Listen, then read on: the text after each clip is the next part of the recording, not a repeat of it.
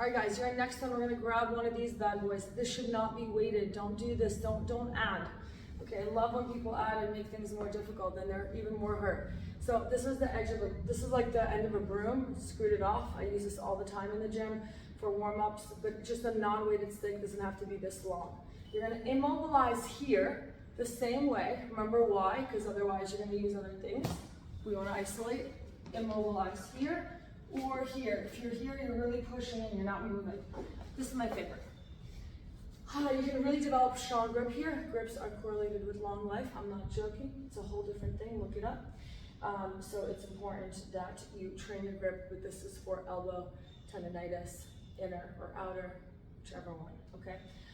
And for the health of your body in general. So what we're gonna do now is make sure that our knuckles, our wrists, our elbows are in one line.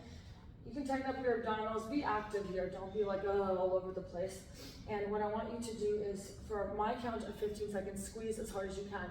Now, you have to be present here, so you are gonna squeeze as hard as you can. You're gonna literally try to break this, okay? Crush it, 1, 2, 3, and squeeze. Try to look forward, I'm gonna look at you guys, so we're gonna go for 15, 14, 13, 12, 11, squeeze up, harder, 10, 9, harder, 8, 7, 6, 5, and 4, 3, squeeze, 2, and 1. Now, 60 seconds is the goal here, but you want to work here. So we went from here, gotta do this one, you have to do this one, to this one. One set, you can do that for 15 seconds, 30 seconds, and up to a minute. At a minute, you should be just opening up and getting further here and squeezing harder here. Now you're gonna switch the grip here and you're gonna stretch. Curl the spine and out.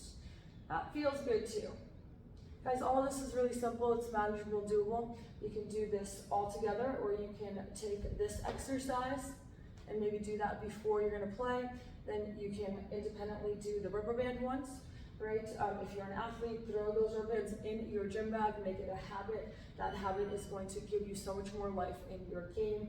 You should not be in pain. You should deal with this, and icing it is not going to get rid of it. You have a muscle imbalance. That's what golfers and tennis elbow is. Before you get into this chronic state of constant pain, you need to deal with it, because if you don't, it's gonna get worse, worse, and worse, and it's gonna start to affect other areas like the shoulder, traveling to the neck. After shoulder and neck, it's gonna go to the spine, the hip, and onward. The body is one big kinetic chain, and one loose little limb, which happens all the time with athletes, with people that do repetitive things like sit, with all of us in our lifestyles, is going to loosen the screw and really screw around with the entire body.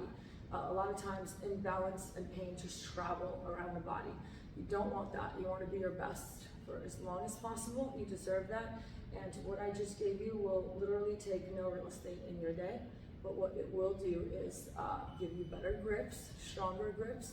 It's going to help the line-tension relationships, specifically in the flexors and extensors, and it's going to get you pain-free. Your wrists will get stronger, fingers will get stronger, but by default, you're gonna get rid of this. If you, like I said, every single day, if you are in pain, if you're feeling this constantly, for one max rep or set. So if you're doing isometrics, 15 seconds, 20, until you really can't handle it anymore, same thing here.